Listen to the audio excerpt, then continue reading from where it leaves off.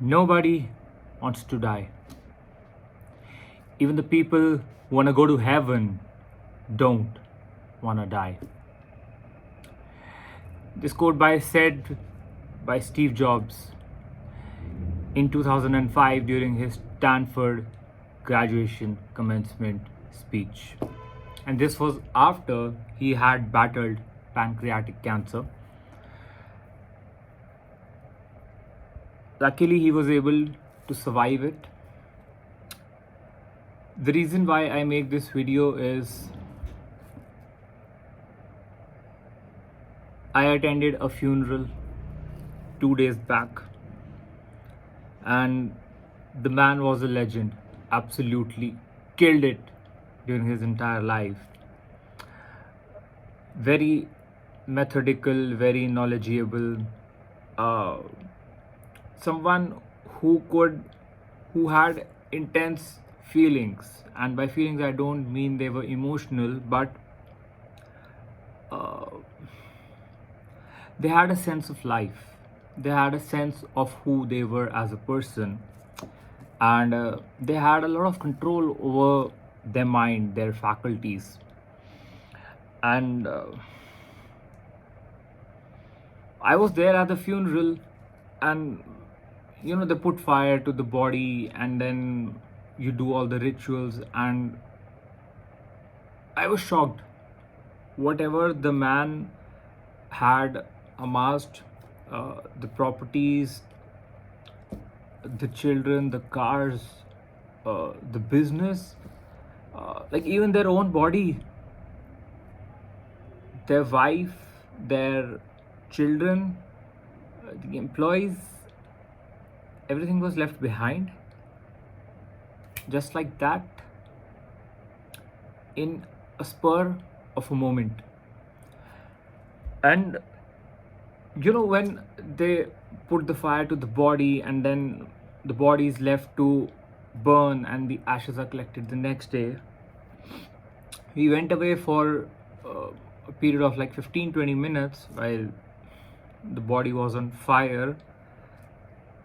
And while returning, not even the family members cared to take a look at the departed person or their body, so to say. The body is here, people are walking out this way, and they move towards the exit. No one's looking there, and it's like this was meant to happen. Like it was a given. The man was aged and was battling something.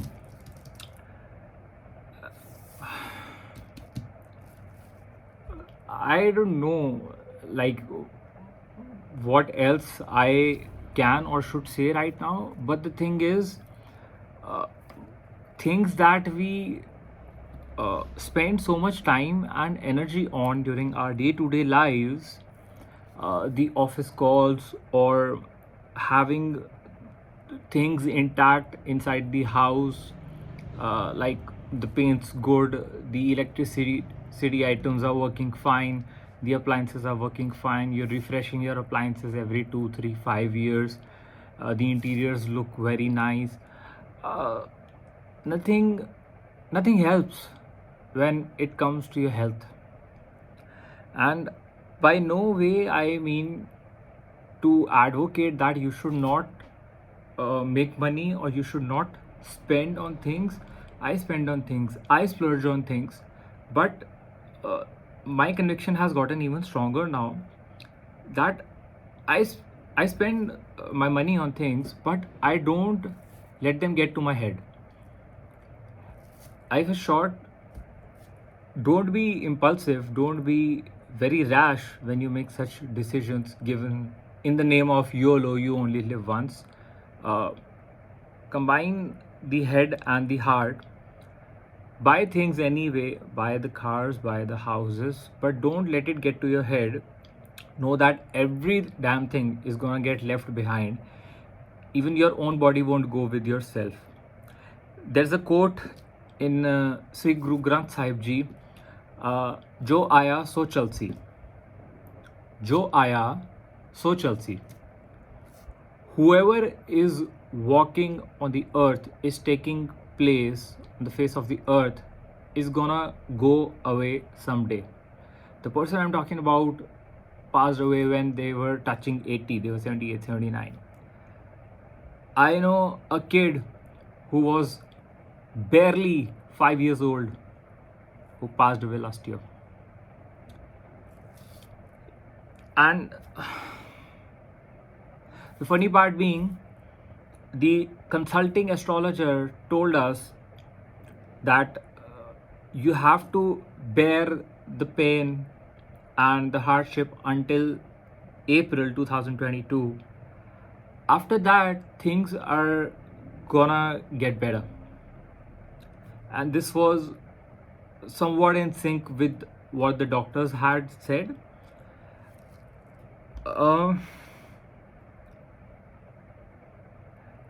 The man's no more. We were thinking that April's gonna go and things are gonna get better, and today we're sitting on the 15th of May and the man is no more. I'll make another video on the concept of astrology and numerology, my take on it, not the concept, my take on it.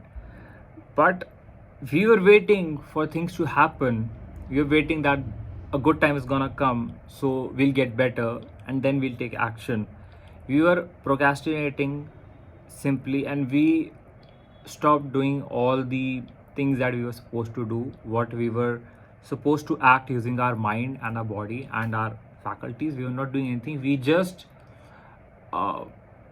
delegated it to, you can say, a human or a higher superpower or whatever. You might have heard, God helps those who help themselves. And that's a sign of inaction. You don't take action, you don't move forward. And this is the biggest lesson I've learned.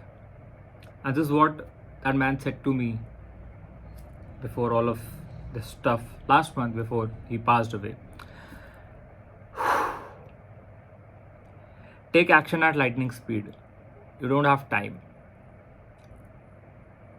If you think or you've been told that your time is not right, take calculated action. Be mentally prepared. Don't stop. But when the time is right, double the speed of your action, double the amount of the effort that you're putting in. And I sometimes feel like, what are we even trying to achieve? Like, what's our end goal? We want to live a comfortable life, we want to have some money. Now, the problem that I'm facing right now, I'm making money, but I don't have time for myself. I'm losing out on my health, mental, physical, emotional, spiritual. And I think, like, what's the money good for? Is that money gonna go towards my medicines, towards my consulting? Is it gonna go towards some psychologist, some clinical psychologist? I don't know. Is it gonna go to a financial advisor, or is it gonna go towards the next house, the next car purchase, or what? Like, there's always a next thing. There's no end to it.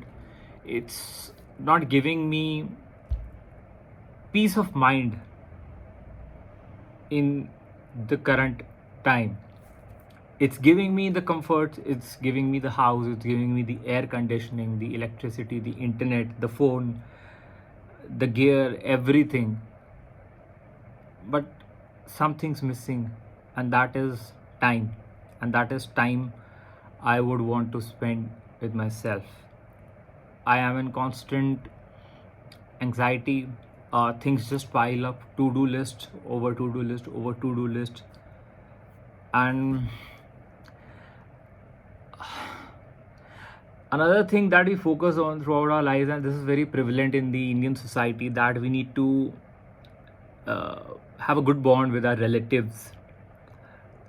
The place I went to, the relatives had such a casual attitude, like, okay, it's gone, it's done, it was supposed to happen. We couldn't have done anything about it. We couldn't save the man. uh, it said that we need to be together with each other during the time of their happiness or their sorrow.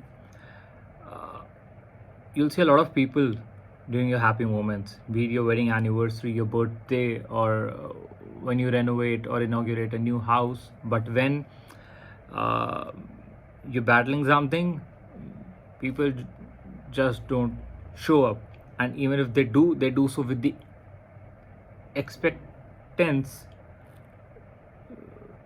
that when they need you, you'll be there for them. So it's a give and take already.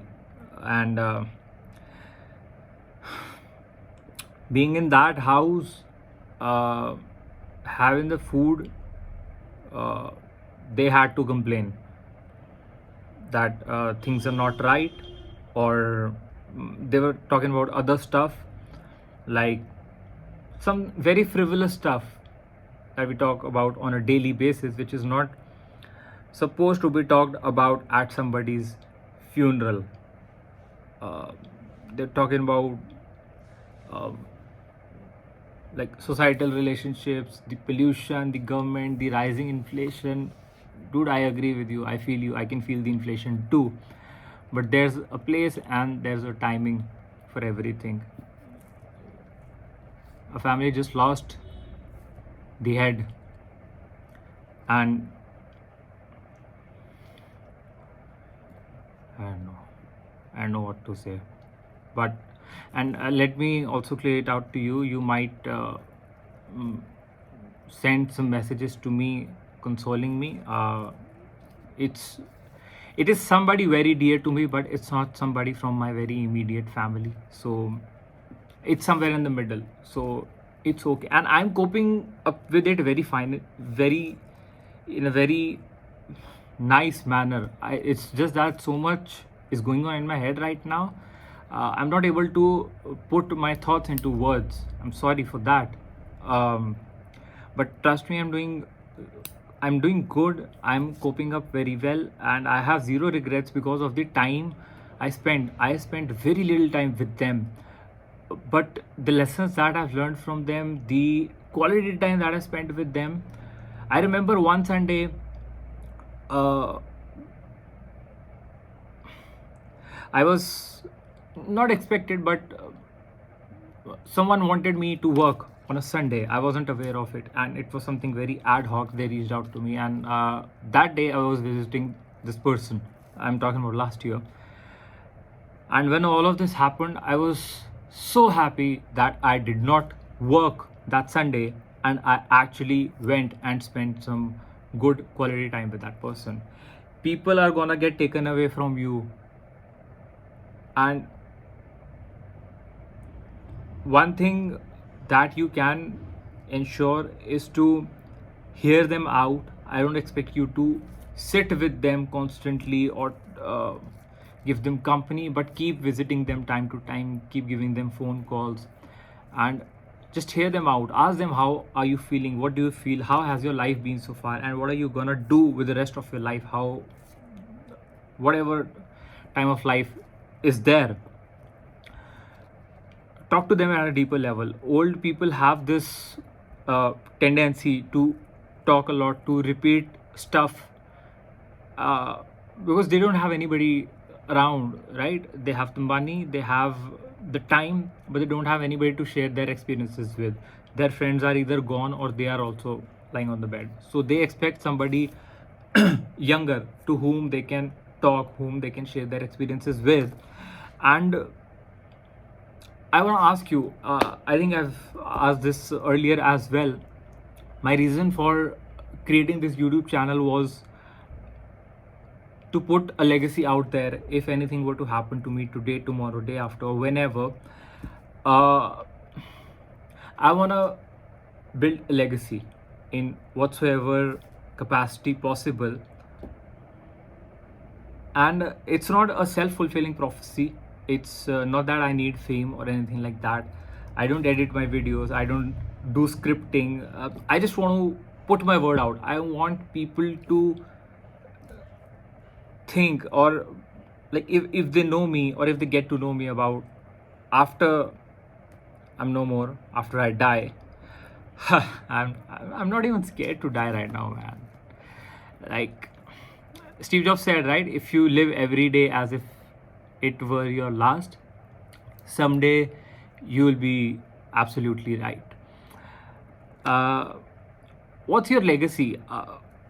What did you come on this earth for? They say everybody comes here for a purpose, and this human life that we have, it's very precious. It's not everybody has, and maybe you also got it for the very first time. They say uh, Lakh Chaurasi June. It's that you've been reincarnated, you've been reborn, you've taken a rebirth just because in your previous births you were not born as a human, or even if you were born as a human, you did not fulfill the tasks, the purpose that the universe or God wanted you to. This is debatable. I know people don't believe in reincarnation, people don't believe in purpose. I don't know about reincarnation, but I definitely believe in a life full of purpose. You've been given this face, this mindset, this ideology, your surroundings, your parents, the incidents that happened to you for a reason. And if you think God is giving you pain to punish you, it's not that way. Uh, those wounds are the paths through which light passes. And if you look behind, everyone has some incidents that shapes them the way they are today, right now. Rather than fighting it off that, oh, I was bullied in school, or I'm not good looking, girls don't talk to me, or they did not talk to me, something's wrong with me, teachers make fun of me, I did not score high marks, or no matter what I do, people don't find me good, my parents don't accept me. uh, Steve Jobs was abandoned at his birth, right? And excuse me for giving repetitive examples of this man, but I consider him my mentor. Like, I'm deeply influenced by him, and I won't be apologetic by talking about him. But you take any person, for example, like you take me for example. I like the way I am today, and I'm happy for the experiences that have happened through the past, throughout the school, throughout college, corporate, whatever, while I was growing up. And those are the lessons that I will take forward to ensure that what happened to me does not happen to the future generations. And they don't necessarily have to be my family, but there are certain things that I think should be done in a different fashion, in a different manner. And there's always a right way of doing things. There are morals, there is integrity, there are methods, and it is bespoke, it is particular. You don't have a one size fits all. So I think we need to start taking a chill pill, focus on this mental health, take a pause and analyze, uh, what am I doing, what do I really want to do. And it's easier said than done, trust me. It's very difficult, it's very difficult. These are questions that will baffle you, because we are not taught this in anywhere, we're not taught this anywhere. So everyone can think, but not everyone knows how to think. So take a pause, take a reflection of your life, uh, take an audit of your life. How are you spending time with your parents, your family, and what is your legacy gonna be? Who do you want to be remembered as, I'm not asking you to be the next Elon Musk, but again, were you born just to be another employee, just to be another ID, or just another neighbor? Or were you born for something different, something special? And even if you don't get the answer, you can create something out of it, right? If you're interested in art, you can become an artist. If you're interested in acting, you can become an actor. Bhuman Irani became an actor, I think, at the age of 40 or 45 after he got married. And uh, Jose Silva, the radio technician, they started learning piano at the age of 80. And again, this thing is debatable if you are born with a purpose or not. Sometimes you find your purpose, sometimes your purpose finds you. But do something that your heart resonates with. You don't have to be crunching numbers, or you have to do a specific 9 to 5 job. It's not for everybody. And you neither have to be a thriving business person. Not everybody can do that. I also tried for some time, and I won't say I failed miserably, but it didn't click me. That sort of business did not click with me. So, very tough video to make. One of the toughest videos I've made till date. But I hope I was able to drive the point across. And next video is upon astrology, numerology, and all of that stuff. So find out that as well. I hope it cures your inaction and procrastination. Thank you, love you. I hope you all live a very long, healthy, and life of no regrets. Thank you.